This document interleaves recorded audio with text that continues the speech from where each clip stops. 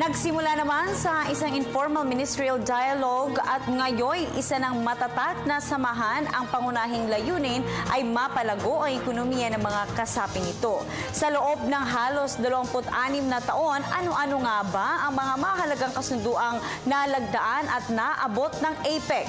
Ang kasagutan sa report ng aming kasama si Jerry Pongpong. Taon-taon isinasagawa ang pagsasama-sama ng iba't ibang leader ng member economies ng Asia-Pacific Economic Cooperation o APEC. Layunin nitong bumuo ng mga kasunduan para palakasin ang ekonomiya sa pagitan ng mga kasapi nito at tugunan ang pagbubukas ng malawak na oportunidad pagdating sa sektor ng kalakalan. Ngunit kailan at paano nga ba naitatag ang APEC? Taong 1989, nabuo ang Asia-Pacific Economic Cooperation.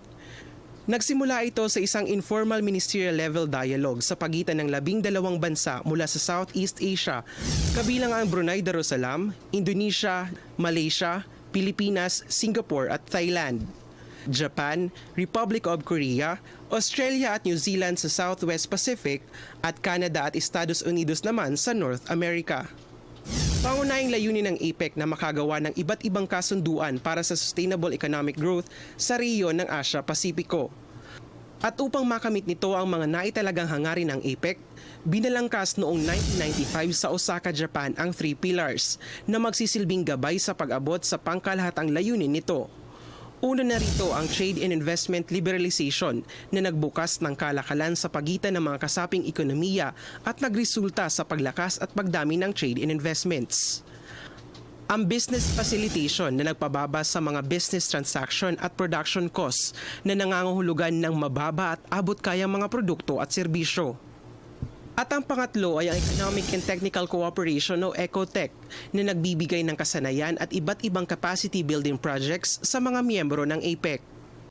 Makalipas nga ang ilang taon ay nadagdagan pa ang mga kasapi ng APEC. Taong 1991 nang lumagda na rin ang People's Republic of China kasama ang Hong Kong at Chinese Taipei.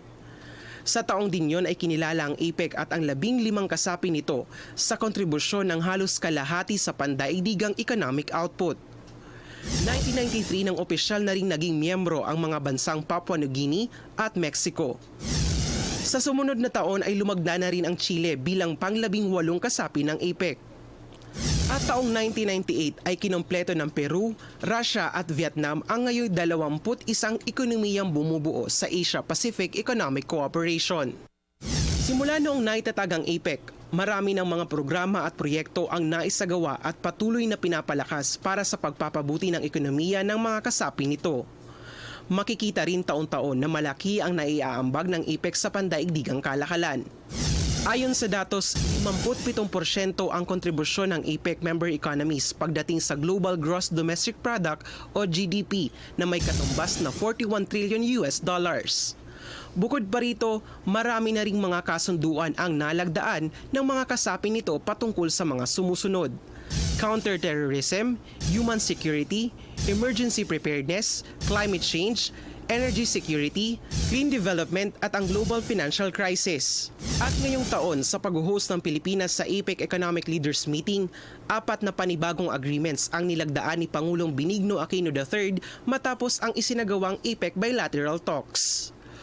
Una na rito ang Memorandum of Agreement sa pagitan ng Pilipinas at Australia tungkol sa Technical Vocational Education and Training.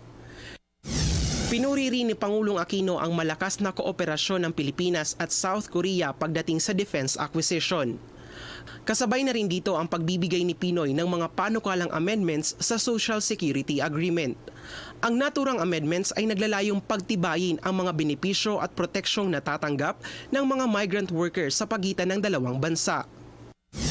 Sumunod rin dito ang paglagda sa Trade and Campaign Agreement against illegal drugs ni Russian Prime Minister at Pangulong Aquino. At pinakauli na nga ang pagsuporta ng Canada sa pamamagitan ni Prime Minister Justin Trudeau sa posibleng pag-anib ng Pilipinas sa Trans-Pacific Partnership. Taos-puso rin ang pasasalamat ni Pinoy sa Canada sa pagpili nito sa Pilipinas bilang isa sa mga makakatanggap ng 90% Ottawa's Bilateral Official Development Assistance. Hangarin ng APEC na makapagbigay ng maganda at matiwasay na pamumuhay sa bawat tao mula sa mga kasaping ekonomiya nito. At sa mga susunod na taon, asahan natin ang pagpapatibay at pagpapalago ng ekonomiya sa 21 kasapi ng APEC.